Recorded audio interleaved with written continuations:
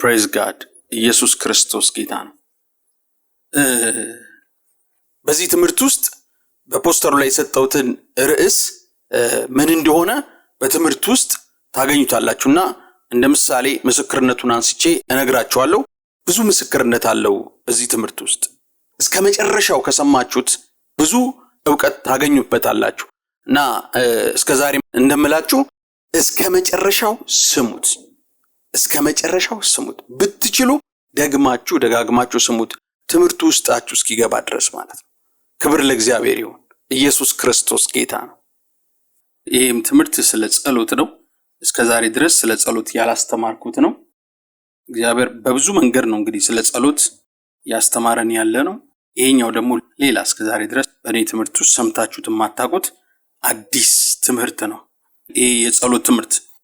በዚህ የጸሎት ትምህርት ውጤታማ ጸሎት የሚጸለይበት መንገድ ነው። ይሄ የጸሎት መንገድ ይህን ያደረገው ራሱ እግዚአብሔር ነው። ፐርፌክት ጸሎት እንድንጸልይ የሰጠን የጸሎት መንገድ ነው ይሄ የጸሎት መንገድ። እኔ ምን አይነት ርዕስ ሰጥቼዋለሁ? በአንድ ድንጋይ ሁለት ወፍ የሚባለውን የጸሎት አይነት እንድንጸልይ የሚያስችል የጸሎት አይነት ነው። በጣም ውጤታማ ጸሎት ነው ይሄ ጸሎት። በመጀመሪያ አንድ ቃል እናነባለን። አንደኛ ቆሮንቶስ ምዕራፍ 14 ከቁጥር 13 እስከ 15 ድረስ ያለውን ቃል እናነባለን። እንደዚህ ብሎ ይናገራል። ስለዚህ በልሳን የሚናገር እንዲተረጉም ይጸልይ። በልሳን ብጸልይ መንፈሴ ይጸልያል፣ አእምሮዬ ግን ያለ ፍሬ ነው። እንግዲህ ምንድር ነው? በመንፈስ እጸልያለሁ፣ በአእምሮም ደግሞ እጸልያለሁ። በመንፈስ እዘምራለሁ፣ በአእምሮም ደግሞ እዘምራለሁ። እንዲያማ ካልሆነ አንተ በመንፈስ ብትባርክ ባልተማሩት ስፍራ የተቀመጠው የምትለውን ካላወቀ እንዴት አድርጎ ለምስጋና አሜን ይላል? አንተማ መልካም ታመሰግናለህ፣ ሌላው ግን አይታነጽበትም ብሎ ይናገራል። በጣም የምፈልገው ቃል ቁጥር 14፣ 15 እና 17 ነው እና ምን ብሎ ነው የሚናገር? በልሳን ብጸልይ መንፈሴ ይጸልያል፣ አእምሮዬ ግን ያለ ፍሬ ነው። እንግዲህ ምንድር ነው? በመንፈስ እጸልያለሁ፣ በአእምሮም ደግሞ እጸልያለሁ። በመንፈስ እዘምራለሁ፣ በአእምሮም ደግሞ እዘምራለሁ ይልና ቁጥር 17 አንተማ መልካም ታመሰግናለህ፣ ሌላው ግን አይታነጽበትም ብሎ ይናገራል። በመንፈሴ እጸልያለሁ፣ ደግሞም በአእምሮዬም እጸልያለሁ። በመንፈሴ እዘምራለሁ፣ ደግሞም በአእምሮዬ እዘምራለሁ። በመንፈሴ ግን ስጸልይ አእምሮዬ ያለ ፍሬ ነው የሚሆነው፣ ያለ ስራ ነው የሚሆነው እያለ ጳውሎስ ይናገራል። አንተማ በመንፈስ ስታመሰግን መልካም ታመሰግናለህ ብሎ ይናገራል። ይኸውላችሁ በመንፈስ መጸለይ፣ በልሳን መጸለይ ከአእምሮ መጸለይ ጋር በምንም ተአምር ሊወዳደርም አይችልም። በአእምሮ መጸለይ ብዙ ግድፈቶች ያሉበት ነው። ብዙ ስህተቶች ያሉበት ሊሆን ይችላል በአእምሮ የሚጸለይ ጸሎት። ምክንያቱም በአእምሮ የምንጸልየው ጸሎት በምናውቀው በተረዳነው ልክ ነው የምንጸልየው እና ያ ደግሞ አወቀን ተረዳን ብለን የምንለው ነገር አንዳንዴ ፐርፌክት ላይሆን ይችላል፣ ትክክልም ላይሆን ይችላል። በአእምሮ የሚጸለይ ጸሎት በእግዚአብሔር ቃል ላይ የተንተራሰ ካልሆነ በስተቀር ማለት ነው። ግን እንከን የለሽ ፐርፌክት የሆነ እግዚአብሔርን ደስ የሚያሰኝ በጣም የሚያረካው የጸሎት አይነት በመንፈስ በልሳን ስንጸልይ ነው። አንተማ መልካም ታመሰግናለህ ብሎ ይላል። በልሳን ማመስገንን፣ በልሳን መዘመርን፣ በልሳን መጸለይን አስታኮ ሲናገር አንተማ መልካም በትክክል ጥሩ አድርገህ ታመሰግናለህ፣ ሌሎች ግን ስለማይረዱት አይታነጹበትም ብሎ ይናገራል። ርዕሴን እንዳትረሱልኝ ምንድነው ያልኩትኝ?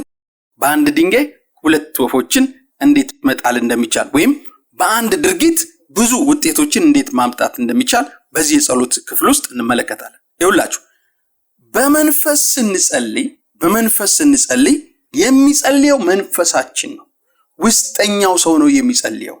የዳነው ሰው፣ ቅዱስ የሆነው ሰው፣ የመንፈስ ቅዱስ ቅዱሰ ቅዱሳን ማደሪያ የሆነው የእግዚአብሔር ቤተ መቅደስ የሆነው ያ ውስጠኛው ሰው ነው የሚጸልየው። ያ ውስጠኛው ሰው የሚያስብበት አካል አለው። ያ ውስጠኛ ሰው አይኖች አሉት። ያ ውስጠኛ ሰው የራሱ ጆሮዎች አሉት። ያ ውስጠኛ ሰው የራሱ ልሳን፣ የራሱ ምላስ አለው። ውስጠኛው ሰው መንፈሳችን ወደ እግዚአብሔር ሲጸልይ የሚጸልየው እንደ ማንነቱ አቅም ነው የሚጸልየው። የእግዚአብሔርን 100% ፈቃድ መረዳት የሚችለው መንፈሳችን። መጽሐፍ ቅዱስ ሲናገር ምን ብሎ ይናገራል? አንደኛ ቆሮንቶስ ምዕራፍ 2 ላይ ቁጥር 11 ላይ ሲናገር ምንድነው የሚለው? በእርሱስ ካለው ከሰው መንፈስ በቀር ለሰው ያለውን የሚያውቅ ሰው ማን ነው? እንዲሁም ደግሞ ከእግዚአብሔር መንፈስ በቀር ለእግዚአብሔር ያለውን ማንም አያውቅም። እኛ ግን ከእግዚአብሔር እንዲያው የተሰጠንን እናውቅ ዘንድ ከእግዚአብሔር የሆነውን መንፈስ እንጂ የዓለምን መንፈስ አልተቀበልንም ብሎ ይናገራል። እኛ ግን ከእግዚአብሔር እንዲያው የተሰጠንን እናውቅ ዘንድ ከእግዚአብሔር የሆነውን መንፈስ እንጂ የዓለምን መንፈስ አልተቀበልንም ብሎ ይናገራል። ይህ የተቀበልነው መንፈስ ሁለት መንፈስ ነው። አንደኛው የራሳችን መንፈስ ነው፣ ዳግም የተወለደ የሰው መንፈስ። ሁለተኛ የተቀበልነው ደግሞ ውዱ መንፈስ ቅዱስን ነው የተቀበልነው። የሥላሴ አንዱ አካል የሆነው መንፈስ ቅዱስን የተቀበልነው እና ምን እያለ ነው መጽሐፍ ቅዱስ የሚናገረው? ከእግዚአብሔር መንፈስ በስተቀር እግዚአብሔርን የሚያውቅ ማንም የለም። እግዚአብሔርን በጥልቀት ሊረዳው የሚችል ማን ነው? ራሱ እግዚአብሔር ነው። እግዚአብሔር አብን የሚረዳው እግዚአብሔር መንፈስ ቅዱስ ነው። እግዚአብሔር መንፈስ ቅዱስን የሚረዳው እግዚአብሔር ወልድ ነው። መንፈስ ቅዱስ ነው የእግዚአብሔርን ጥልቅ ነገር እንኳን ሳይቀር የሚመረምረው። የእግዚአብሔርን ለኛ ያለውን ፍቃድ፣ ለአገልግሎታችን ያለውን ፍቃድ፣ ለምድራችን ያለውን ፍቃድ፣ እግዚአብሔር አጠቃላይ የኛ ጉዳያችን ለሆነው ነገሮች ሁሉ ያለውን ፍቃድ የምናውቀው ከመንፈስ ቅዱስ ነው። ያ ደግሞ የእግዚአብሔር ፍጹም ፍቃድ የሆነውን ነገር ያለው እግዚአብሔር አብ ውስጥ ነው። የእግዚአብሔርን አብ ልብ አንብቦ የእግዚአብሔርን ፍቃድ በግል በነፍስ ወከፍ ሊነግረን የሚችለው መንፈስ ቅዱስ ነው። እግዚአብሔርን በሙላት የሚያውቀው መንፈስ ቅዱስ። የሰው ልጅ አዲስ ፍጥረት ይሁን አዲስ ፍጥረት አይሁን የትኛውም የሰው ልጅ እግዚአብሔርን ሊያውቀው አይችልም። የእግዚአብሔርን ስሜት ፈቃዱን በወቅቱ እግዚአብሔር ምን እንደሚያስብ የሚያውቀው የእግዚአብሔር መንፈስ እና እኛ በተሰጠን በመንፈስ ቅዱስ አማካኝነት የእግዚአብሔርን ሐሳብ እናውቃለን። እንዴት ነው የምናውቀው? መንፈስ ቅዱስ ለመንፈሳችን ስለሚገልጥልን። መጽሐፍ ቅዱስ አንደኛ ዮሐንስ ምዕራፍ 3 ቁጥር 20 ላይ ምን ብሎ ነው የሚናገረው? እናንተ ከቅዱሱ ቅባት ተቀብላችኋል፣ ሁሉን ታውቃላችሁ የሚለው ቃል እኛ ከቅዱሱ ቅባት ከመንፈስ ቅዱስ ስለተቀበልን በመንፈስ ቅዱስ አማካኝነት የእግዚአብሔርን የልብ ሐሳብ፣ ፍላጎት፣ የወቅቱን እቅድ፣ የሚደሰትበት ምን እንደሚያስብ የሚያውቀው መንፈስ ቅዱስ ነው። በመንፈስ ቅዱስ አማካኝነት ደግሞ እኛ ያን እንድናውቅ እንችላለን። ለዚህ ነው መጽሐፍ ቅዱስ ሁሉን ታውቃላችሁ የሚለው። ለምን? ሁሉን የሚያውቀው መንፈስ ቅዱስ ስለሚገልጥልን። ኢየሱስ ክርስቶስ ጌታ ነው። ስለዚህ መንፈሳችን ከአእምሮአችን ጋር በምንም ተአምር በእውቀት በማወቅ አቅሙ ሊወዳደር አይችልም። በአእምሮ ስንጸልይ ባወቅነው ልክ ነው የምንጸልየው። በተማርነው በተረዳነው በነፍሳችን ውስጥ ባለው እውቀት ልክ ነው የምንጸልየው በአእምሮአችን ስንጸልይ። በመንፈሳችን ስንጸልይ ግን እግዚአብሔርን ፍጹም ደስ ሊያሰኝ በሚችል አይነት መልኩ ነው የምንጸልየው። ፍጹም የእግዚአብሔርን ፍቃድ ነው የምንጸልየው በመንፈስ ስንጸልይ። ምክንያቱም መንፈሳችን አዋቂ ስለሆነ፣ አዋቂነቱ ደግሞ ከመንፈስ ቅዱስ ማስተማር ከመንፈስ ቅዱስ የእውቀት መገለጥ የተነሳ የሚያውቅ ስለሆነ ለእግዚአብሔር ደስ የሚያሰኘውን መስዋዕት ያቀርባል። የምስጋና መስዋዕት፣ የዝማሬ መስዋዕት፣ እንደገናም ደግሞ ጸሎትን ያቀርባል። በመንፈስ የሚጸለይ ጸሎት በጣም ውጤታማ ነው። በአእምሮ ከሚጸለይ ጸሎት ይልቅ በመንፈስ የሚጸለይ በጣም ውጤታማ። አንድ ጊዜ ይህን ምሳሌ ከዚህ በፊት አንስቼው እንደሆነ አላውቅም። አንድ ሰው ጌታ ኢየሱስ ክርስቶስ ይቀበልና ጥሩ ክርስቲያን ሆኖ እየኖረ ሳለ ጣሊያን ሀገር ያለ አንድ ወንድሙ እሱ ጋር መጥቶ እንዲኖር ሁኔታዎች ያመቻትለትና ይጠራዋል። ከዛ ወደዛ ሀገር ይሄዳል። ወደዛ ሀገር ሄዶ የራሱ ክፍል ይሰጠዋል። ያው እንደ ክርስቲያን ልማድ በእግዚአብሔር ፊት ይጸልያል እና ሲጸልይ ብዙ ጊዜ በልሳን ነው የክርስቲያን የሚጸልየው። እና አንድ ቀን ወንድሙ ምንድነው ይሄ ሰው የሚጸልየው ብሎ ወደ ክፍሉ ጠጋ ብሎ ጆሮ ለጥፎ ሲሰማ በማይታወቅ ቋንቋ ሲጸልይ ሰማው። በአጋጣሚ ያን የተለጠፈ በሚሰማበት ሰዓት ላይ በመንፈስ ቅዱስ ተነክቶ በጣም ድምፁ ጮክ እያደረገ ነበር የሚጸልይ ነበር። የሚገርመው የሚጸልየው ጸሎት ጣሊያንኛ ጸሎት ያዳመጠው ሲመጣ ጣሊያንኛ ጸሎት እንደሆነ በጣሊያንኛ ቋንቋ እንደሆነ የሚጸልየው ሰማ። እንጂ የተምሮት ነው እንደዚህ አይነት ፐርፌክት ጣሊያንኛ እንዴት ሊሆን ይችላል ምናምን ብሎ በጣም ይደነቃል። ከዛ ጣሊያን ውስጥ ያሉ ጓደኞቹን ይነግራቸዋል በጨዋታ በጣም የሚገርም ነው፣ እኔን ሁሉ አመት እዚህ ሀገር ስኖር እንደዚህ ቋንቋ አልናገርም እና ግን ስጠይቀው ደግሞ አላቅም ይሄንን ቋንቋ ሲጸልይ ብቻ ነው የሚመጣብኝ ይላል ብሎ ነገራቸው ለጓደኞቹ። ከዛ አንድ ቀን ቆኑና ሲጸልይ ተሰሙታላችሁ አለ። የሚጸልይበት ሰዓት ላይ ጠብቆ መጡ ጓደኞቹ። ከዛ በጣም ይጸልያል። የዛን ቀን ምን እንዳጋጣሚ እግዚአብሔር ስራ ስለነበረው በኃይል በመንፈስ ቅዱስ ተነክቶ ድምፁ ጮክ አድርጎ ይጸልያል። የሚጸልየው በልሳን ነው የሚጸልየው። ከዛ ተሯሩጠው ሄደው ተለጥፈው ይሰማሉ እነዚህ ጣሊያኖቹ። ከዛ ሰሙና ሮጠው ከቤት ወጡ። ወንድምየው ተከተለውና ምንድነው ምን ሆናችሁ ነው ምንድነው ሲላቸው የሚጸልየው ጸሎት ያስፈራል፣ በጣም ያስፈራል ብለው ነገሩት።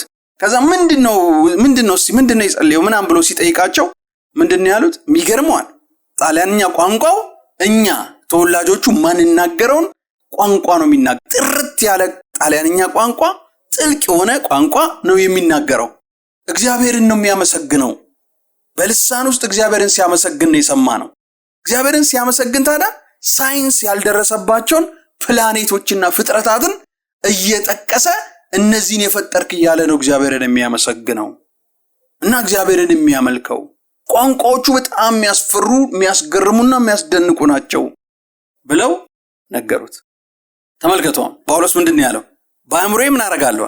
ጸልያለሁ። ደግሞ በመንፈሴ ምን አደርጋለሁ? ጸልያለሁ። በአእምሮዬ ዘምራለሁ አለ። እንደገናም ደግሞ በመንፈሴ ዘምራለሁ አለ። በአእምሮአችን ስንዘምር ምናልባት በሊሊ መዝሙር፣ በአዜም መዝሙር፣ በመስፍንጉቱ መዝሙር በምናቃቸው በዙሪያችን ሸምድደን በያዝናቸው መዝሙሩን ያወቅነውን ያክል በዛ ነው እግዚአብሔርን የምናመልከው። ወይም ደግሞ በውዳሴ በራሳችን ቃል እግዚአብሔርን ስናወድሰው ብዙ ጊዜ ተደጋገመ ቃላቶች ነው የምንናገረው። ውስጣችን ባለው ሊገልጥልናል፣ የእግዚአብሔርን ነገር ይገልጥልናል፣ እግዚአብሔርን ለማምለክ ይገልጥልናል የምንላቸውን ቃሎች ተጠቅመን ነው የምንጸልየው። ብዙ ጊዜ ስንጸልይ የምንጸልየው ወይም ደግሞ ስንዘምር ወይም እግዚአብሔርን ስናወድሰው የምናወድሰው ማለት እና አያረካውም እግዚአብሔር። በመንፈሳችን ግን ስንጸልይ የመንፈሳችን ዕውቀት ጥልቅ ሰፊ ከመንፈስ ቅዱስ የተቀዳ ስለሆነ ዕውቀቱ አጥናፍ ዘለል ነው። አጥናፍ ዘለል ጥልቅ እግዚአብሔርን ደስ ሊያሰኝ በሚችል መልኩ ነው እግዚአብሔርን የሚያመሰግን። መንፈሳችን ሲጸልይም ፐርፌክት ጸሎት ነው የሚጸልየው። እኛ በአእምሮአችን ዛሬ ለሚያስፈልገን ነገር ይሆናል እየጸለይን ያለ ነው። ግን በመንፈሳችን ስንጸልይ እግዚአብሔር ነገ ሊመጣላለሁ፣ የዛሬ ዓመት ሊመጣላለሁ፣ የዛሬ 3 ዓመት ሊመጣላለሁ ሊሆናል እየጸልያለሁ። እኛ ትንንጥዬ ነገሮች ሊሆን ይችላል በአእምሮአችን የምንጸልየው። መንፈሳችን ግን እግዚአብሔር ለኛ ያየለን ጥልቁን ነገር እያሰበ ሊሆን ይችላል የሚጸልየው። አንተማ በመንፈስ ታመሰግን መልካም ታመሰግናለህ የተባለበት ምክንያት ለዛ ነው። አንተማ በመንፈስ ጸልይ መልካም ትጸልያለህ የተባለበትም ሐሳብ በዚህ ምክንያት ነው። በመንፈስ መጸለይ መቼም ቢሆን በአእምሮ ከመጸለይ ጋር ሊወዳደር አይችልም። ለምን? በመንፈስ ቅዱስ እየታገዘ በጥልቅ መረዳት በጥልቅ ዕውቀት የእግዚአብሔርን የወቅቱን ሐሳብ የልቡን ሐሳብና ፍቃድ በደንብ እያነበበ እየተረዳ እግዚአብሔርን ሊያረካ በሚችል ቃላትና ቋንቋ በማያሰለቸው ሁኔታ እግዚአብሔርን የሚያመሰግን ወደ እግዚአብሔር የሚጸልይ ነው መንፈሳችን። ለምን? መንፈሳችን አንደኛ ከእግዚአብሔር የተወለደ ስለሆነ፣ ከእግዚአብሔር የተወለደ የመለኮት ባህሪ ተካፋይ ስለሆነ፣ ሁለተኛ በመንፈስ ቅዱስ የእግዚአብሔርን ጥልቅ ነገር እንዲረዳ ስለተሰጠው፣ አቅሙ ያንን መሸከም እንዲችል አድርጎ እግዚአብሔር ስለፈጠረው፣ አዲስ ፍጥረት አድርጎ ስለፈጠረው መንፈሳችን ሲጸልይ በጣም ኢፌክቲቭ የሆነ ጸሎት ነው የሚጸልየው። ስለዚህ ጳውሎስ ሲናገር እኔ በአእምሮዬ ብቻ አልጸልይም። በአእምሮ መጸለይ በጣም ጥቅም አለው። አንድ ቀን እሱን በደንብ አስተምራችኋለሁ። ዛሬ ግን በመንፈስ ስለመጸለይ ነው የምናወራው። የመንፈሱ ግን ከአእምሮ ጋር በፍጹም አይወዳደርም። በመንፈስ የሚጸልይ ኢፌክቲቭ የሆነ ውጤት ያመጣል። ክብር ለእግዚአብሔር ይሁን። ኢየሱስ ክርስቶስ ጌታ ነው። አንድ ነብይ ያሉ እስያ ውስጥ እኚህ ሰውዬ መንፈሳዊ ዓይናቸው እንዴት እንደተከፈተ ሲናገሩ ስለ ልሳን የተለየ መረዳት አገኙና አንድ ቀን እንደዚህ ብዬ ጠየቅኩኝ ራሴና፣ ቆይ በልሳን እንዲህ ባጭር ጊዜ ሲጸልይ እንዲህ አይነት ለውጥ ከመጣ ቆይ 12 ሰዓት መደዳውን በልሳን መጸለይ ምንድነው የሚሆነው ብዬ አሰብኩ። እሺ ወይስ 24 ሰዓት መደዳውን ሳላቋርጥ በልሳን ብጸልይ ምንድነው የሚፈጠረው ብዬ አልኩ። እንደገና ደግሞ ቆይ 48 ሰዓት ብጸልይ በልሳን ሳላቋርጥ ምንድነው የሚፈጠረው ብዬ አሰብኩና ለምን ይሄንን ነገር አልሞክረውምና ውጤቱን አላዩም ብለው እኚህ ነብይ በዓለም ላይ ዓለም አቀፍ ትንቢት የሚናገሩ ናቸው። ህንዳዊ ሳዱ ሰንደር የሚባል ስም ያላቸው ማለት ነው። እና በዓለም ላይ አንድ ነገር ከመከሰቱ በፊት ሊሆን ያለውን ነገር ይናገራሉ። ብዙ ትንቢታቸው ተፈጻሚነት አግኝቷል። በተለይ አሜሪካኖች በጣም ያምኗቸዋል እኚህን ነብይ። እና እኚህ ሰውዬ ከዛ እንደዛ ብለው ያንን ኤክስፐሪመንት ለመስራት መጸለይ ጀመርኳል። 12 ሰዓት ጸለይኩ፣ 24 ሰዓት ጸለይኩ፣ 48 ሰዓት እንደዛ ጸለዩ። ከዛ ምንድነው የሆነው? ይሄንን ጸሎት ከጨረሱ በኋላ አይኔ በፊት ራእይ ያለው አሉ። አይኔ ፍጹም ጥርት ያለ ራእዮችን መገለጦችን በቁም ማየት ጀመርኩ። ልክ ይሄ እንዲሁም እሳቸው ሲገልጡ ምን ብለው ነው የሚገልጡትኝ? ኤችዲ ቴሌቪዥን ጥራት ከመምጣቱ በፊት ነው ይሄንን ልምምድ ውስጥ የገባሁትኝ እና በኤችዲ ጥራት አልትራ ኳሊቲ በሆነ ጽድት ባለ ራእዮችን ማየት ጀመርኩ። ዞር ብዬ 360 ዲግሪ ስዞር በዞርኩበት ቦታ ሁሉ ራእይ ማየት ጀመርኩ። አይኖቼ ተከፈቱ። መከፈት ብቻ ሳይሆን ጥርት ብለው መታየት ጀመሩ ብለው እኚህ እግዚአብሔር ሰው ምስክርነታቸውን ተናግረዋል። በልሳን ረጅም ጊዜ በመጸለያቸው የመጣ ውጤት ነው። በልሳን ሲጸለይ እውነትም ዳይናሚክ የሆነ ለውጥ ነው የሚመጣው። ውጤታማ የሆነ ጸሎት መንገዶች መካከል አንዱና የተለየው እስከዛሬ ደግሞ ያልሰማችሁት ይሄ ነው፣ በልሳን መጸለይ። በልሳን የምትጸልዩ ሰዎች እባካችሁ እንደ ዓመት በዓል በዓመት 3 ጊዜ ብቻ አትጸልዩበት። ስለ ልሳን እንዴት መሞላት ይቻላል የሚል ተከታታይ ትምህርት አስተምራል የሆነ ጊዜ። ግን በልሳን መጸለይ በጣም ትልቅ ጥቅም አለ። በልሳን ጸልዩበት። እንዲሁም የጸሎታችሁን አብዛኛውን ጊዜ በልሳን ጸልዩ። መልካም ታመሰግናላችሁ በልሳን ስትጸልዩ። መልካም ትዘምራላችሁ በልሳን ስትዘምሩ። መልካም ትጸልያላችሁ በልሳን ስትጸልዩ። በልሳን መጸለይ ትልቅ የጸሎት ውጤት እንድናገኝ ያደርገናል። ክብር ለእግዚአብሔር ይሁን። ግን አሁንም ነጥቤ ላይ አልደረስኩም። በልሳን መጸለይ እንዲህ አይነት ጥቅም እንዳለው ባጭሩ እንዲህ ከተገነዘባችሁልኝ በልሳን መጸለይ ሌላው ጥቅሙ ምን እንደሆነ ልንገራችሁ። እዚህ አሁን ያነበብነው አንደኛ ቆሮንቶስ ምዕራፍ 14 ቁጥር 13 ላይ ምንድነው የሚለው? በልሳን ብጸልይ መንፈሴ ይጸልያል፣ አእምሮዬ ግን ያለ ፍሬ ነው። አእምሮዬ ግን ያለ ፍሬ ነው ብሎ ይናገራል። ክብር ለእግዚአብሔር ይሁን። በልሳን መጸለይ ከሚረዳን ነገር አንዱ ምንድነው መሰላችሁ? አእምሮአችን ሌላ ነገር እያደረገ አእምሮአችን ሌላ ነገር እየሰራ በመንፈሳችን መጸለይ እንችላለን። መንፈስ የአእምሮ እርዳታ ሳያስፈልገው በራሱ አንደበታችንን ከፈቀድንለትና ፍቃድ ከሰጠነው በራሱ መጸለይ ይችላል። በአንድ ድንጋይ ሁለት ወፍ፣ አንድ ድርጊት አድርጋችሁ ብዙ ውጤቶችን የሚመጣበት የጸሎት ርዕስ ያልኩበት ምክንያት ነጥቡ ያለው እዚህ ላይ ነው። ለምሳሌ ስራ እየሰራችሁ የተለመደ የቤት ውስጥ ስራዎች እየሰራችሁ እህቶች፣ ያን ያህል ትልቅ የአእምሮ ትኩረት የማይፈልግ የተለመዱ ስራዎችን እየሰራችሁ ወይም ደግሞ ወክ እያደረጋችሁ ብትጸልዩ በአንድ ድንጋይ በአንድ ድርጊት ሁለት ውጤቶችን ታመጣላችሁ። በመንፈሳችሁ ከእግዚአብሔር ጋር ትገናኛላችሁ። በአእምሮ ደግሞ የምትሰሩትን ስራ ትሰራላችሁ።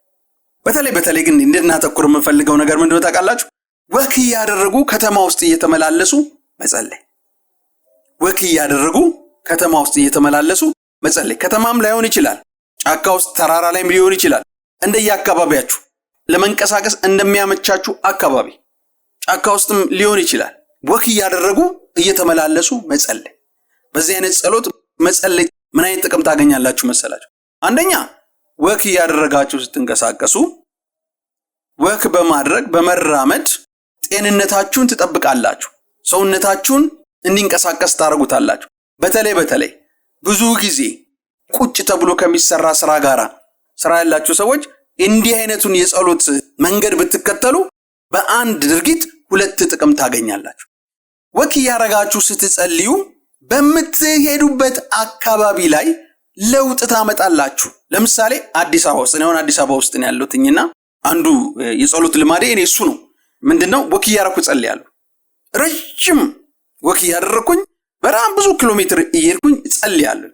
ከተማ ውስጥ ወክ ያደረኩ ማለት አየሩ ቀዝቀዝ ሲል ወደ ማታ አካባቢ ወጣ ብዬ እንደዚህ የመጸለይ ልማድ አለኝ እና ፐርፐዝ አንዳንዴ በቃ ወክ አድርጎ ሰውነቴን ላፍታታ በሚል ዋና ሐሳቤ ሳይሆን ዋና ሐሳቤ ልጸልይ ብዬ ጸልያለሁ። ስጸልይ እግረ መንገዴን በወክ የሚገኝ ቦነስ ነው እንጂ ዋናው ነገር እሱ አይደለም። ስጸልይ ለከተማ እንደምማልድ አውቃለሁ።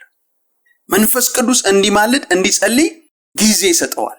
መንፈስ ቅዱስ በደንብ ይጠቀመዋል ይህንን አይነቱን የጸሎት ሁኔታ እና ምንድነው ስራ ቢዚ ሆናችሁ ሰዎች ጊዜ የለኝም የምትሉ ሰዎች ይህን መንገድ በመጠቀም መጸለይ ይቻላል። እኛ ቅዱሳን ክርስቶስ ኢየሱስን የምናምን ሰዎች ነገራችን በሙሉ ከጸሎት ጋር የተያዘ ከሌሎች እምነቶች የምንለየው በጸሎት ከእግዚአብሔር ጋር ያለን አታችመንት ለየት ያለ ለዓመታት በእግዚአብሔር ፊት በየቀኑ እንጸልያለን። ለምንድነው የምንጸልየው ብትሉ የዳግም መወለድ መንፈስ ከእግዚአብሔር ጋር እንድንቆራኝ ስላደረገን በዛ ውስጥ መንፈስ እየተገፋፋን ከእግዚአብሔር ጋር እንደ ልጅ ከአባታችን ጋር ለመገናኘት እንጸልይ።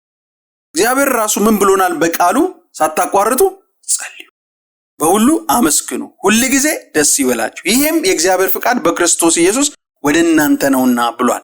ይሄም የእግዚአብሔር ፍቃድ በክርስቶስ ኢየሱስ ወደ እናንተ ነው። እግዚአብሔር ከሚፈቅደው እንድናደርግ ከሚፈቅደው ነገር ከሚፈልግብን ነገር አንዱ ምንድነው መሰላችሁ? ሳናቋርጥ መጸለይ። እኛ ጌታ ኢየሱስን ካገኘንበት ጊዜ ጀምሮ አሁን እስካለንበት ጊዜ ድረስ የምንኖረው ኑሮ በሙሉ የጸሎት ውጤት ነው። ዛሬ ላይ እኔ አለኝ ደርሼበታለሁ አግኝቼዋለሁ የምለው ነገር በሙሉ የመጣው በአንድ ወቅት በእግዚአብሔር ፊት ሲጸልይበት የነበረው ጉዳይ ነው። ጸሎት ከእግዚአብሔር ዘንድ ነገራችንን የምናገኝበት መንገድ ነው።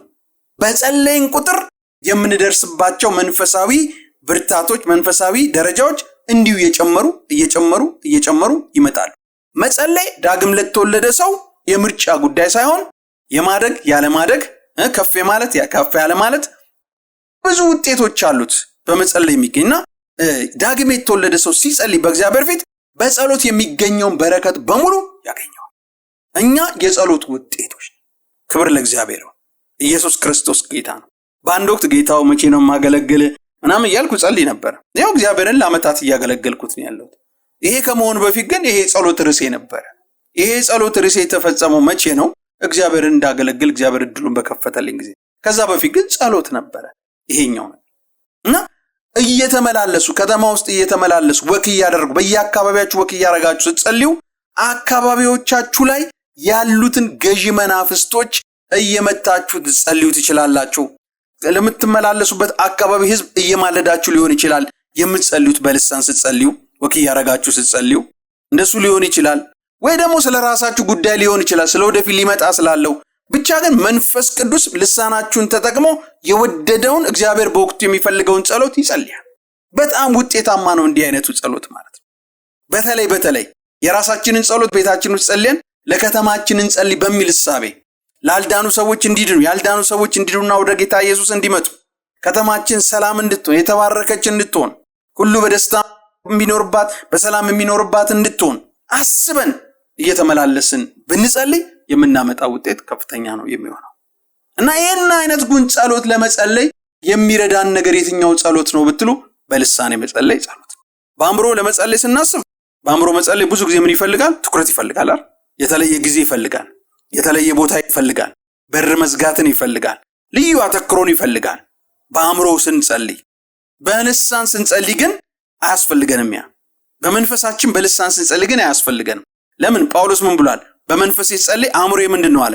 ፍሬ አልባ ነው የሚሆነው። ምን ማለት ነው? በሌላ አባባል አእምሮዬና መንፈሴ አይገናኙም። አእምሮዬም ነፃ ሆኖ ማድረግ የሚችለውን ነገር ማድረግ ይችላል በሌላ አቅጣጫ። እኔ ደግሞ እሱ ሳያስፈልገኝ መንፈሴ ይጸልያል፣ መንፈስ ደግሞ አእምሮ ሳያስፈልገኝ መጸለይ ይችላልው እያለ ነው እየተናገረ ያለው።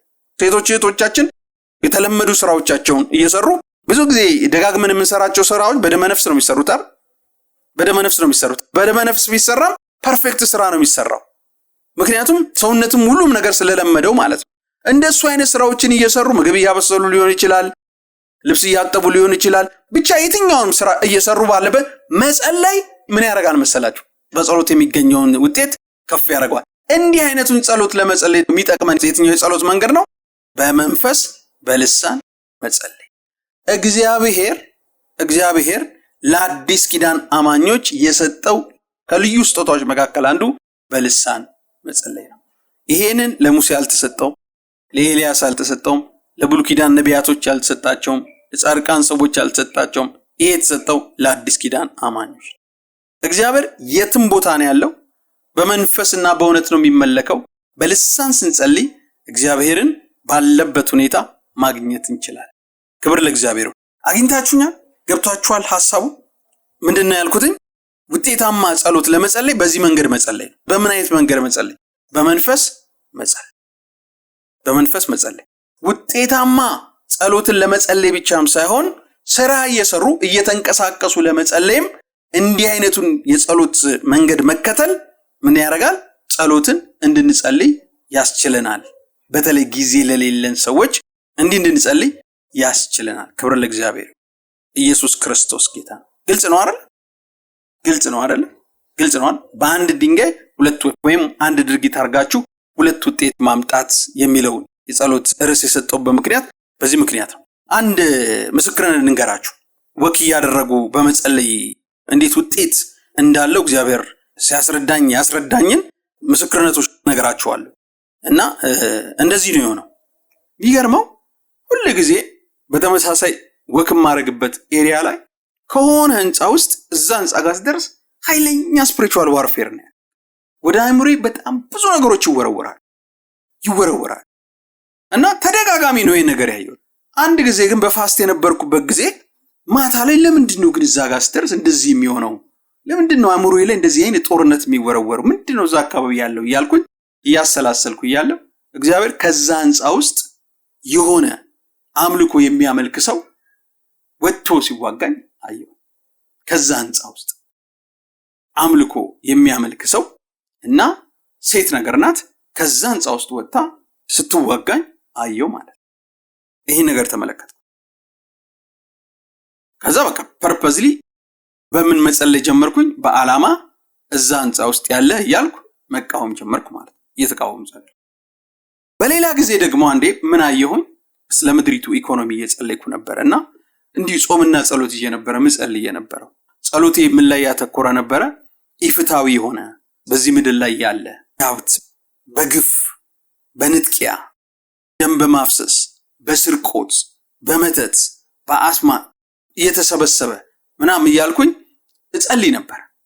የዛን ሰሞን በየቀኑ ከምጸልያቸው ርዕሶች አንዱ ይሄ ነው እና እግዚአብሔር ፍትሃዊ የሆነ የሀብት ክፍፍል ያለባት ሀገር እንድትሆን፣ ሀገራችን ወደ መበልጸግ ጅማሬ ላይ ናት ያለች፣ ወደዛ ጎዳና ላይ እየሄደች መሰረቱ ካልተስተካከለ ወደፊት አድጎ ኢፍትሃዊ የሆነ በሀብታምና በደሃው መካከል ያለው ልዩነት በጣም ጋፕ ሰፍቶ አንዱ በይ ሌላኛው ተመልካች አይነት ነገር እንዳይሆን በጣም እጸልይ ነበርና ያው የኢኮኖሚ ከንግዱ ስርዓት ጋር አለመረጋጋት ጋር ተያይዞ የኢኮኖሚ መዋዠቅ ብዙ ሰዎችን እያስጨነቀ ባለበት ስለሆነ ማለት ነውና እየጸለይኩ ነበር። ከዛ ምን አየሁ? እግዚአብሔር ምን አሳየኝ? በሌሊት ራይ አንድ ከተማ ውስጥ ያለ ህንጻ ያሳየኛል እና ህንጻ ላይ ረጅም ህንጻ ነው፣ ቢያንስ ከ10 ፎቅ በላይ ያለው ህንጻ ነውና እዛ ህንጻ መሃል ላይ በመስኮት በኩል ባለ ኮሪደር ላይ ቆሞ አንድ ሰው ራቁቱን ሆኖ ከሱ በላይ ካለው ፎቅ ባለ መስኮት ላይ ፈርስና የሰዎች አይነ ምድር ያፈሱለታል፣ በሱ ይታጠባል እና ሲታጠብ ግን የከተማው ሰው በሙሉ ተሰብስበው ያየዋል። ይሁት እያለ ማለት እና ምንድነው የሚሉትኝ ሰዎቹ? ይሄው ሀብት ሰላቢ ነው፣ እንዲያረጉ ነው ሀብት የሚሰልቡት፣ የሰዎችን ሀብት የሚስቡት እንዲያረጉ ነው፣ የንግድ ገበያን የሚሰርቁት ከሰዎች በእንደዚህ እያደረጉ ነው እያሉ ህዝቡ ሲናገሩ ሰማው። ከዛ የበለጠ ግልጽ የሆነ ጸሎት እንጸልይ እግዚአብሔር መልካስ ይዞ ተናገረኝ ማለት።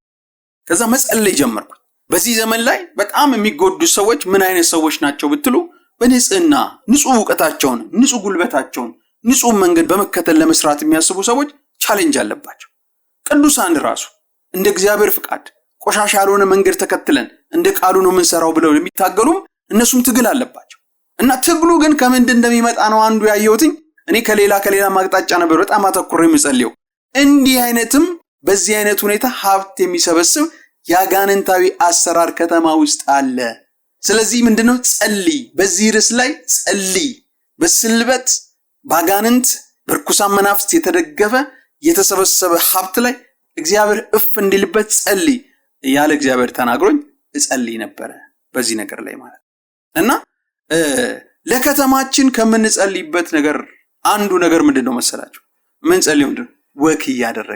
ወክ እያደረግን ስንጸልይ ከተማችንን ከእንደዚህ አይነት እኩሳን መናፍስት ነፃ እናውጣለን። ይኸውላችሁ ቅዱሳኖች ስራ ለመስራት እየታገላችሁ ያላችሁ የማይሳካላችሁ 10 ጊዜ ነገሮች የሚበላሽባችሁ ከምንም ተነስቶ አይደለም ከእንደነዚህ አይነት አጋንንታዊ ሀብት ስብሰባ ጋር ተናሳ የዲያብሎስ መንግስት ባቋቋመው ከገንዘብ ጋር በተያዘ በእንደዚህ አይነት ትግል የሚመጣ ትግል ነው። እግዚአብሔር እንደሱ እንደሆነ ነው የገለጠልኝ። ይኸውላችሁ የእግዚአብሔር መንግስትና የሰይጣን መንግስት ሁሉ ጊዜም ይጣላሉ። የህይወት ዘመን የእግዚአብሔር መንግስት ጠላት ማን ነው ብትሉ ሰይጣንና መንግስቱ። መጽሐፍ ቅዱስ የክርስቶስ ተቃዋሚ ነው ብሎ የሚናገረው እና የክርስቶስ ተቃዋሚ መንፈስ እንደዚህ ሁሉ ጊዜም ከእግዚአብሔር መንግስት ጋር አይጋጭም። ሁሉ ጊዜም ግን ያው መንግስቱ ሁሉን ትገዛለች ስለሚል ቤተክርስቲያን በርትታ ስልጣኗን ከተጠቀመች ከእግሩ በታች ነው የምታረገው። በኋለኛው ዘመን የሚገለጥ ለሰዎች የሚሰጠው ያ መንግስት ዳንኤል የተመለከተው በድንጋይ የተመሰለው ያ መንግስት ሁሉን የመጨፍለቅ ጉልበት አቅም ስላለው እንደገናም ጌታ ኢየሱስ ስልጣን በሰማይና በምድር ተሰጠኝ ብሎ ካለው ቃል የተነሳ የእግዚአብሔር መንግስት ሁሉን ስለምትገዛ እንደገናም ኢሳይያስ ምዕራፍ 2 ላይ በመጨረሻው ዘመን የእግዚአብሔር ቤት ተራራ በተራሮች አናት ላይ ጸንቶ ይቆማል ከኮረብቶች በላይም ከፍ ከፍ ይላል ተብሎ እንደተጻፈ በዛ አይነት መሰረት የእግዚአብሔር መንግስት ሁሉ ጊዜ ገዢ ነው ከላይ ነው የምትሆነው። ነገር ግን ጠላት አላት። ምን አይነት ጠላት? የዲያብሎስ መንግስት የሆነ ጠላት።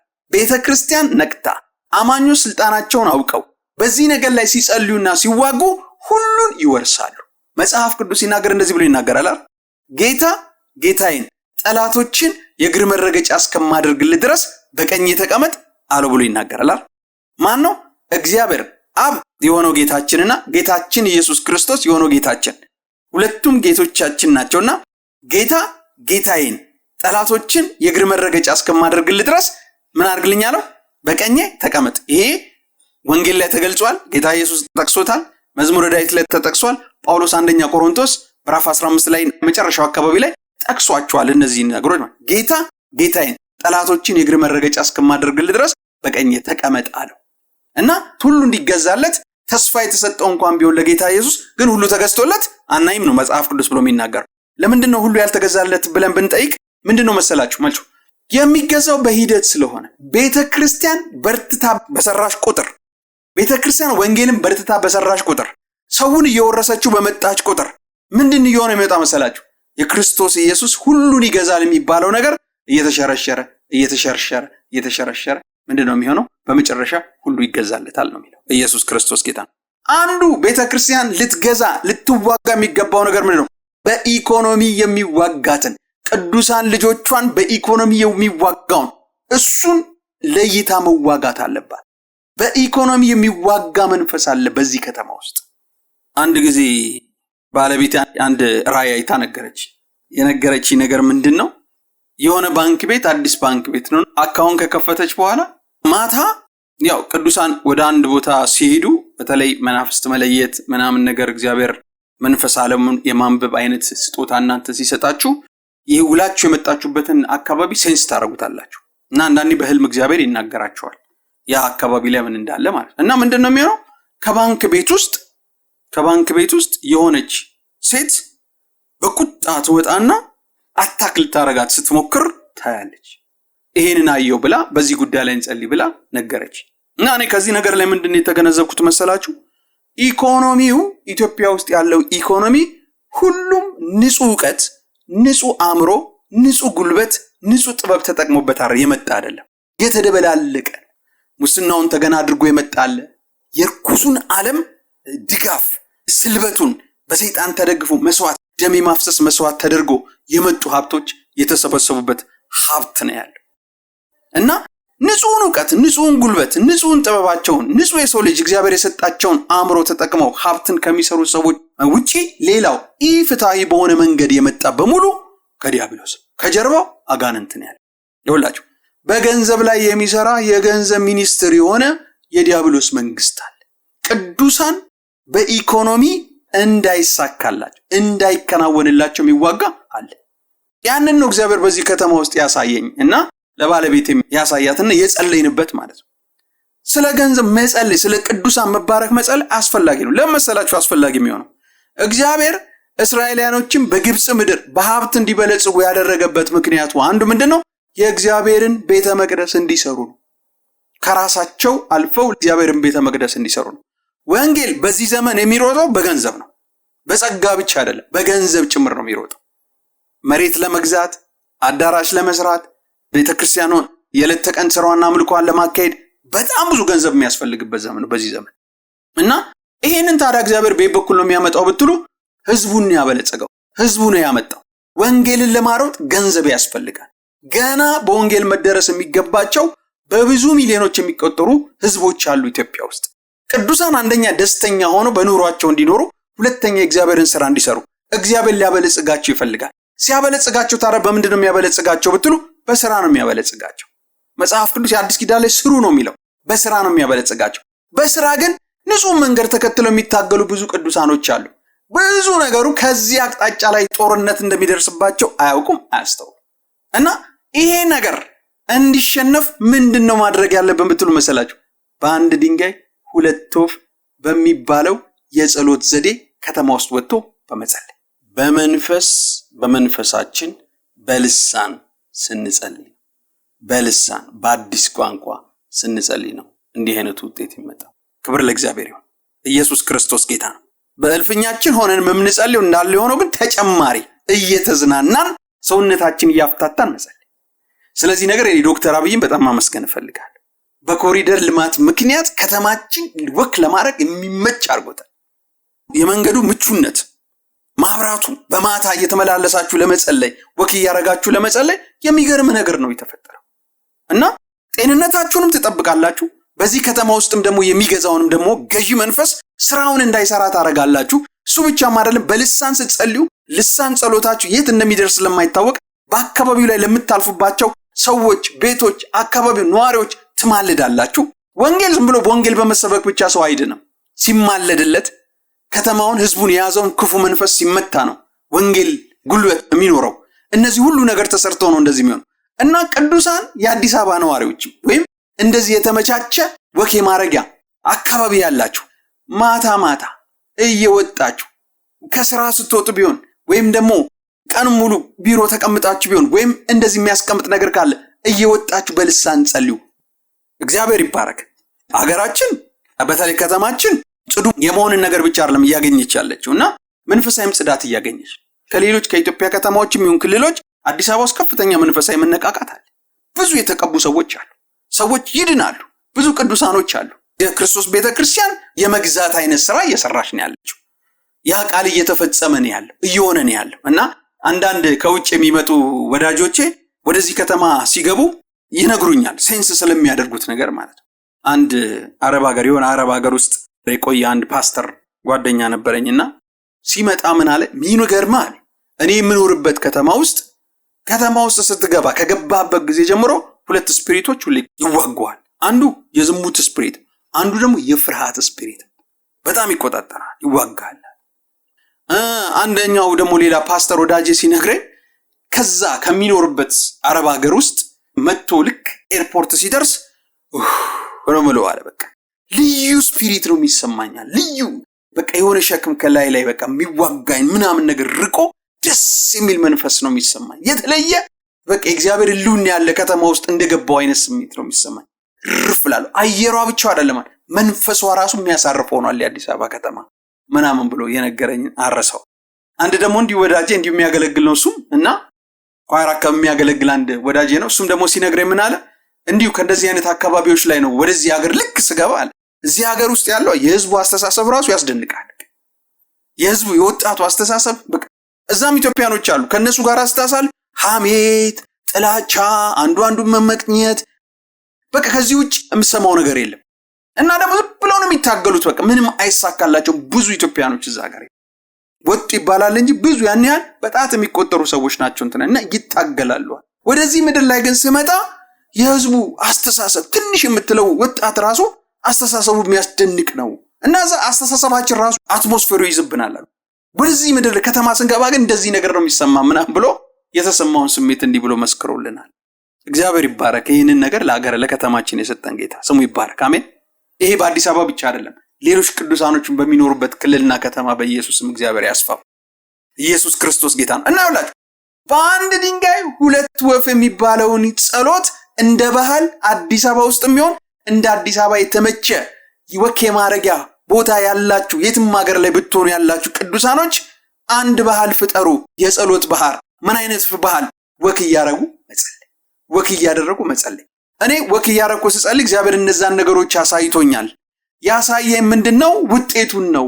ምን አይነት ውጤት እንደሚመጣ ወደዛ አካባቢ እየተከደ ሲጸለይ ምን አይነት ውጤት እንደሚመጣ ነው የሚነግረኝ። ክብር ለእግዚአብሔር ይሁን። ኢየሱስ ክርስቶስ ጌታ ነው።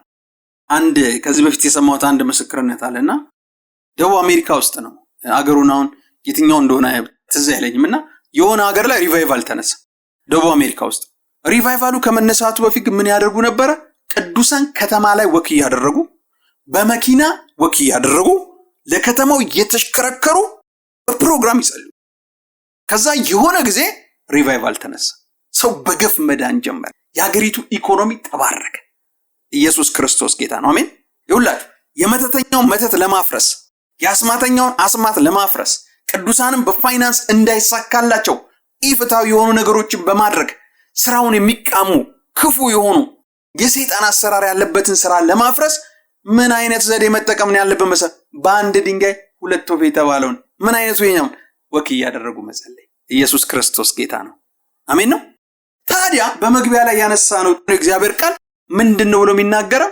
በአእምሮዬም ጸልያለሁ፣ ደግሞ በመንፈሴ ጸልያለሁ፣ በአእምሮዬ ዘምራለሁ፣ ደግሞ በመንፈሴ ዘምራለሁ። በመንፈሴ ጸልይ አእምሮዬ ምንድነው የሚሆነው? ፍሬ አልባ ያለ ስራ ይሆናል። ምን ማለቱ ነው? በአእምሮዬ ወክ እያደረኩ በአእምሮዬ እየሰራው በአእምሮዬ ሌላ ነገር እያየው በመንፈሴ መጸለይ ይችላል ይላል። በልሳን መጸለይ አንዱ ጥቅም ይሄ። ኢየሱስ ክርስቶስ ጌታ ነው። ይሄንን ነገር በማድረግ እቺን ከተማ አሁን ካለችበት በሚበልጥ ሁኔታ ማለት አየሯ የጸዳ ሰዎች በገፍ የሚድኑባት ሀገር እግዚአብሔር እንዲያደርግልን እንጸልይ። ኢየሱስ ክርስቶስ ጌታ ነው። አንድ ምስክርነት ልመስክርና ከዛ ልጨርስ። ፓስተር ዮንግቾ የሚባል ሰው አለ እና የኮሪያ ሰማይ የተከፈተ ሰማይ ነው። ለምንድነው? ኮሪያ 24 ሰዓት የሚጸልዩ የጸሎት ጉበኞች አሏት። ፕሬየር ማውንቴን የሚባል አለ። ይርቱይር የሚጸልይባት ሀገር ናት። እንደገና ቼን ፕሬየር የሚባል ጸሎት አላቸው። 24 ሰዓት በፕሮግራም ተከፋፍለው 24 ሰዓቱን አመቱ ሙሉ ይጸልያል። በግሩፕ ተከፋፍሎ ማለት ምድሪቷ በጸሎት ነው የምትታወቀው። እና ቤተክርስቲያን በበረታሽ ቁጥር የቅዱሳን ኢኮኖሚ የሀገራቸው ኢኮኖሚ እየተስተካከለ መጣ። እሱ ብቻ ሳይሆን ኮሪያ ሀገር ውስጥ ሰው ወንጌል ተሰብኮት እምቢ አይልም ጌታ ኢየሱስ ክርስቶስን ለመቀበል። እና የእግዚአብሔር ሰው ሲናገር ምናል? ወደ ጃፓን እግዚአብሔር ወንጌል እንድሰብክ ላከኝ። ያው ጃፓን እንደምታውቁት 1% ብቻ ነው ክርስቲያን፣ 99% ክርስቲያን አይደለም። እነዛም 1% በምን ዘመን ላይ ነው? ባሩን ሊሸጡ የገቡ ሚሽነሪዎች፣ ከንግድ ጋር የገቡ ሚሽነሪዎች የዘሯት ወንጌል ናት ያለችው። እና ወንጌል ገና ያልተሰበከበት ሀገር ብትሉ እና ጌታን ያላወቀ ህዝብ ያለበት ብትሉ ጃፓን። ወደ ጃፓን እግዚአብሔር ቸርች መስረት ብሎ ላከኝ። እዛ ሄድኩኝ፣ ቸርች መሰረትኳል። በቃ ትግል ሆነብን። ሰው አይመጣም ወደ ቤተክርስቲያን። ያሉትም ጥቂት አብያተ ክርስቲያናት ስተቶች መጡ ምናምን ብለው ጠላት አድርገው ፈርጀውን በእነሱ ይዋጋን ጀመር። እና ሁሉ ጊዜም ወደ ጃፓን ለማገልገል ሴት ሁለተኛ እዚህ ሀገር ዳግመኛ አልመጣም ብዬ ዝቼ ነው የምመለሰው። ግን ደግሞ እግዚአብሔር መልሶ ይልከኛል፣ እሄዳለሁ። እዛም ደግሞ ሄጄ ስመጣ እንደዚህ ነው የሚሆነው። አንድ ቀን ሆቴል ውስጥ ተኝቼ እያለሁ አንድ መንፈስ ቀጥ ብሎ ሲገባ አየሁ። እና ሲገባ ህልውናው ሰውነቴ እንዳይንቀሳቀስ አድርጎ አሰረኝ። ከዛ በኋላ ምንድን ያለ? ለምን ወደ ከተማ ይመጣ? ይሄ ከተማ የኔ ከተማ ነው። ይሄ ግዛት የኔ ግዛት ነው። በግዛቴ ውስጥ ምንም መስራት አትችልም ምናምን እያለ አለኝ ይላል። እና ታሪኩን የሆነ ዩቲዩብ ላይ ሰራላችሁና አወጣዋለሁ ይሄን ምስክርነት። እና እንዲህ ብሎ ይሏል። ከዛ ይሄ ሰው ሲናገር ምን ብሎ ይናገራል? ወንጌል ሰብከን አልድንም ያሉን ሰዎች እንሰበስባቸውና ትሪፕ ኮሪያ ደርሳችሁ ትመጣላችሁ ብለን የአውሮፕላን ትኬት ገዝተንላቸው ኮሪያ ወስደን ኮሪያ ቸርች ውስጥ እናስቀምጣቸው። ግን ጌታን ይቀበል ዳግም ተወልዶ ይመጣሉ። ለምንድነው? የኮሪያ አየር የተከፈተ አየር ስለሆነ። ክብር ለእግዚአብሔር ይሁን። ጸሎት በብዛት የሚደረግባት አገር በነገር ሁሉ የተባረከች ነው የምትሆነው። በረከቱ ደግሞ ሲጀምር ከቅዱሳኑ ነው የሚጀምረው። በረከቱ ዘርፈ ብዙ ነው የሚሆነው። ሰው በገፍ የሚድንባት፣ መንፈሳዊ ነገር ቀላል የሚሆንባት፣ ሰዎች በቀላሉ እግዚአብሔርን እያመለኩ ወደ ህልውና ውስጥ የሚገቡበት ሀገርና ከተማ ነው የምትሆን፣ ጸሎት የበዛባት። ስለዚህ ኢትዮጵያ ውስጥ አዲስ አበባ ውስጥ ጸሎት እንድናበዛ አንድ አዲስ እግዚአብሔር የነገረኝን ዘዴ ያስተማረኝን ዘዴ እየነገርኳችሁ ነው ያለሁት። ምን አይነት ዘዴ? በአንድ ድንጋይ ሁለት ወፍ በሚባለው የጸሎት ዘዴ እንድንጸልይ። በዚህ ዘዴ ስንጸልይ ምን ይሆናል? ጸሎት በበዛበት ቦታ ላይ ምንድነው የሚሆነው? ገዢ ያልሆነ ሁሉ ሊመታ ሊገዛ የሚገባ ሁሉ ስፍራውን እየለቀቀ ይሄዳል። አሁንም ለቋል። ከተማችን ጸዳች ናት፣ እግዚአብሔር ይባረክ፣ እና ሰላም ያለባት ናት፣ እግዚአብሔር የሚጠብቃት ከተማ ናት። ግን ደግሞ ከዚህ የበለጠ መጸለይ ያለበት አዲስ አበባ የኢየሱስ ናት።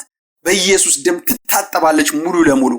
ህዝቧ ይታጠባል፣ ህዝብ ይድናል ከደሙ የተነሳ ብለን መጸለይ ያለብን። ኢየሱስ ክርስቶስ ጌታ ነው። እኔ አሁንም ደግሜ ማመስገን እፈልጋለሁ ዶክተር አብይን። የኮሪደር ልማት ለወክ እንዲመች ተደርጎ ከተማው እንዲጽድት ማለቱ በጣም በጣም ደስ የሚል ነገር ነውና የከተማውን ልማት ስትመለከቱ ትደነቃላችሁ። እንዲህ አይነት ደግሞ የለማ አእምሮ ካለው መሪ ወጣ ደግሞ ሲሆን በጣም ደስ ይላል። እውነት ነው። አእምሯችሁ ካለማ በስተቀረ እንዲህ አይነቱን ነገር መሬት ላይ አታወርዱት።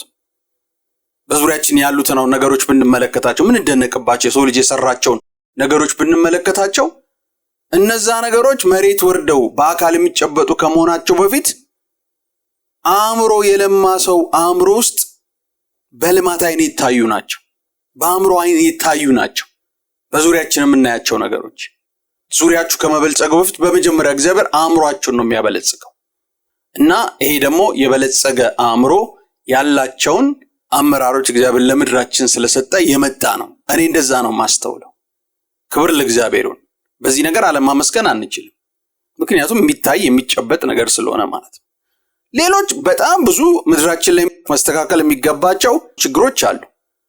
ለነዛ አይነት ደግሞ ችግሮች መፍትሄ ማምጣት እንዲችሉ መሪዎቻችን እግዚአብሔር የጥበብ መንፈስ የማስተዋል መንፈስን እንዲጨምርላቸው እንጸልያለን። ከኛ የሚጠበቀው እንደሱ ነው። ምክንያቱም መጽሐፍ ቅዱስ ለነገስታት ለመኳንንቶችና ለሰዎች ማልዱ፣ ጸልዩ፣ ልመና አድርጉ ብሎ ስለሚናገር ማለት ነው። ክብር ለእግዚአብሔር ይሁን። ኢየሱስ ክርስቶስ ጌታ ነው።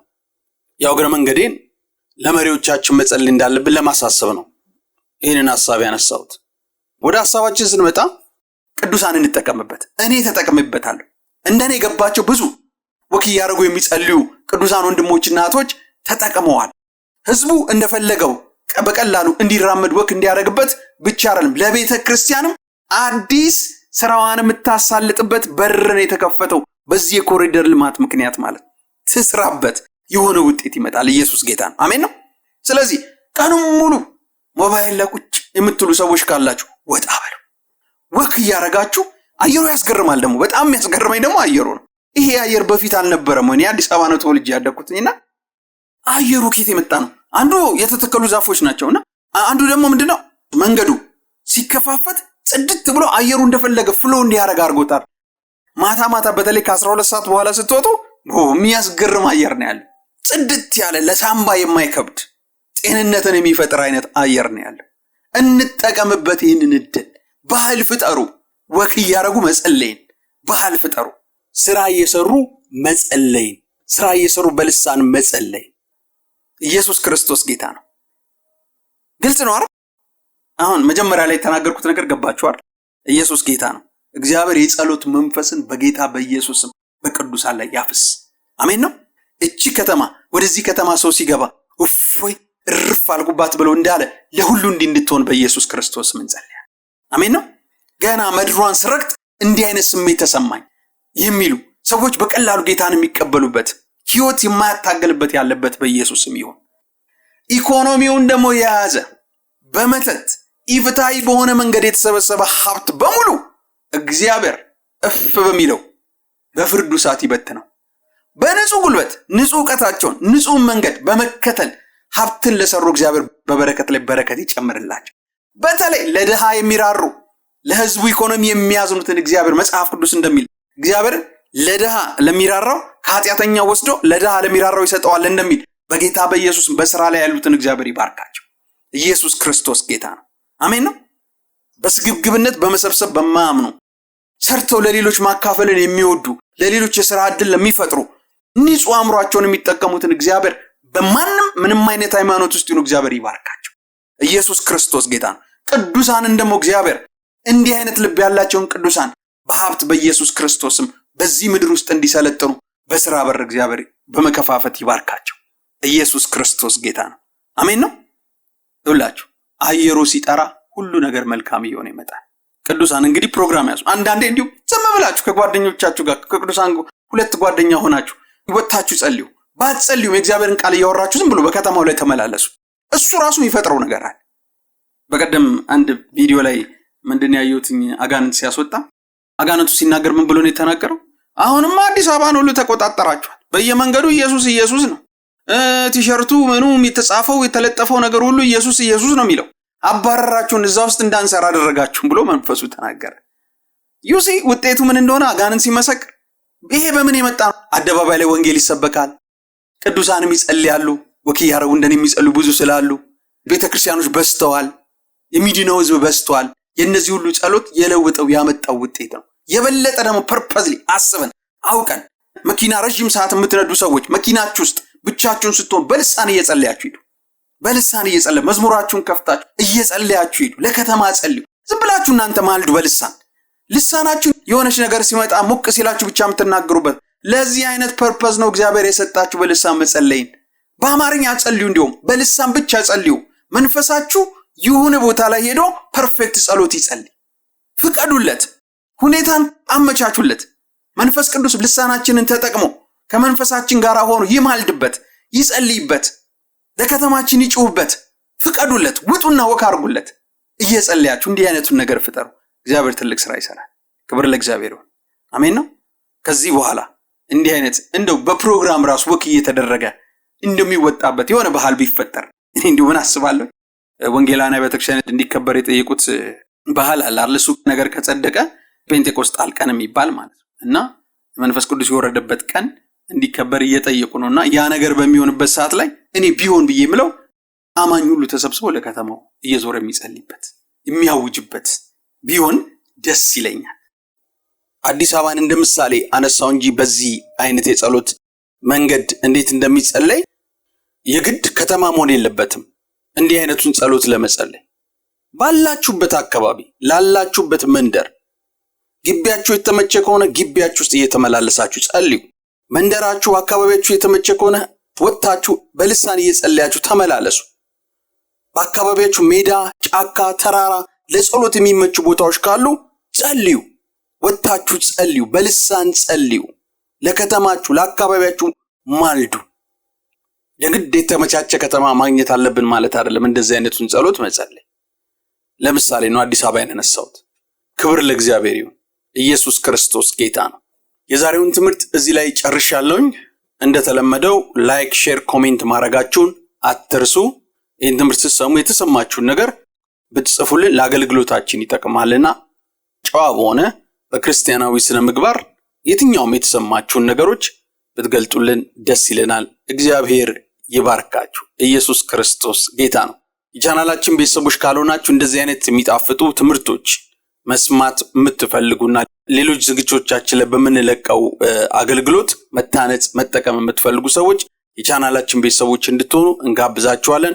ይህን ለማድረግ ደግሞ ሰብስክራይብ የሚባለውን በተን እንድትጭኑ እንጋብዛችኋለን። እግዚአብሔር ይባርካችሁ።